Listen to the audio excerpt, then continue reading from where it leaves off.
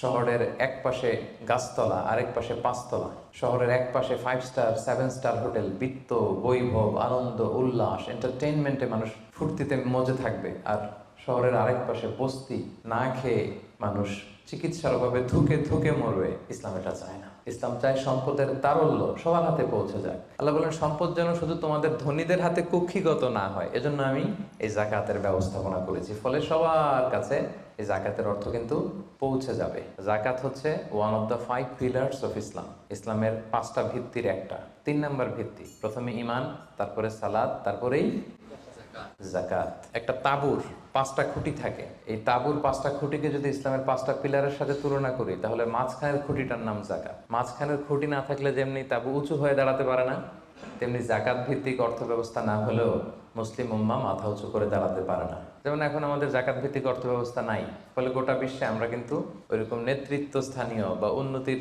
একেবারে শীর্ষ স্থানে ওই পর্যায়ে কিন্তু আমরা যেতে পারি নাই, কারণ জাকাতের যে ডাইনামিজম এটাকে আমরা কাজে লাগাইনি। নির্দিষ্ট পরিমাণ সম্পদ যদি নির্দিষ্ট সময় পরিমাণ কারো কাছে থাকে, তাহলে তার উপর দান করা ইসলামে কি করে দিছে? ফরজ। অন্য কোনো ধর্ম দানকে ফরজ করেনি, উৎসাহ দিয়েছে সব ধর্ম। কিন্তু ইসলাম এক্ষেত্রে ইউনিক। ধনীদের সম্পদে গরিবদের অধিকার আছে, এবং ইসলাম বলে আপনি দান করে জাকাত দিয়ে মোটেও যাকে দিলেন তার প্রতি করুণা করেননি। এটা তাদের প্রতি কিন্তু দয়া না।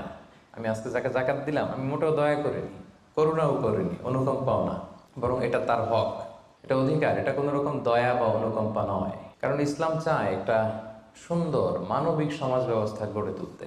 এই জাকাত কিন্তু যাদের উপর ফরজ হয়েছে, এটা আপনাকে আদায় করতেই হবে, এখানে কোনো ছাড় নেই। এবং এটা গরিবদের অধিকার, এটা সোশ্যাল সিকিউরিটি নেট, যাতে সকলের কাছে অর্থের তারল্য পৌঁছে যায়। এজন্য আল্লাহ তাআলা জাকাতকে ফরজ করেছেন।